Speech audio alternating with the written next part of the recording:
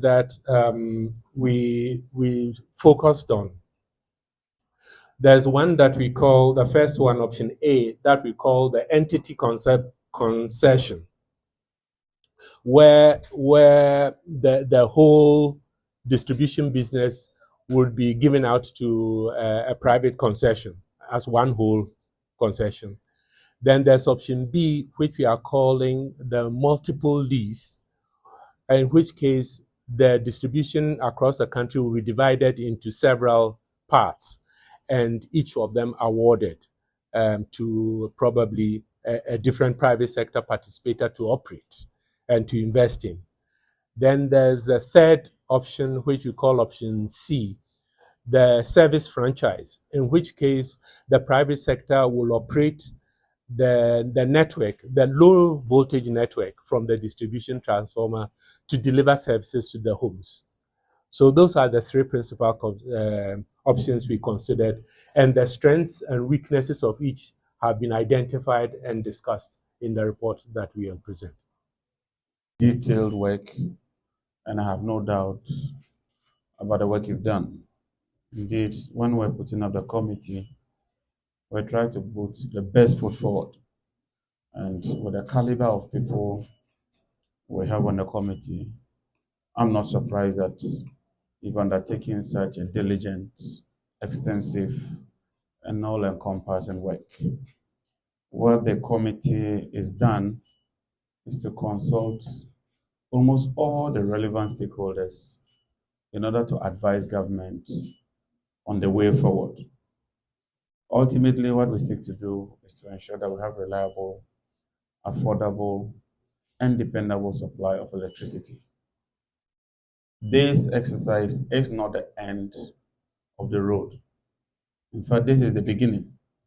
Because we thought that before we undertake or pursue this step, we needed to consult broadly. And so this is exactly what the committee has done. And as you've just heard from the chairman, they've given us three options. Option 1, option 2, option 3. And in all the three options, it's quite clear that none of them talks about outright sale of ECG and its assets. And so I just thought that I should make it clear so that nobody goes to misquote us or misrepresent us to say that the committee has recommended that ECG be sold. In all the suggestions and the options, it's quite obvious that ECG will still remain the asset owner. And then, depending on which one we choose, we'll make progress. The next step from here will be to do a position paper to cabinet for the entire government to consider and approve the option that we will be pursuing, following which we would establish a project implementation committee. We would also have to get a transaction advisor, make this process as transparent and open as possible, with emphasis on local content and participation. And so we encourage everyone to support us and to ensure that we deal with the challenges confronting the distribution sector.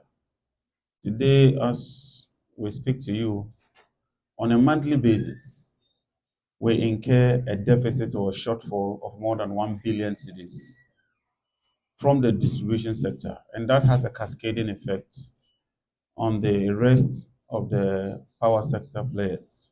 And so clearly, something must be done.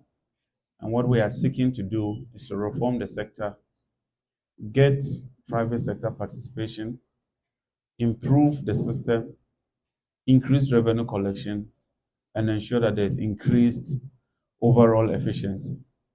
And so, once again, let me thank the committee. This document will be put to good use, we'll assimilate it, and don't be surprised that we'll have to fall on some of you, even when it comes to the project implementation itself, because we are quite convinced that you've gained a lot.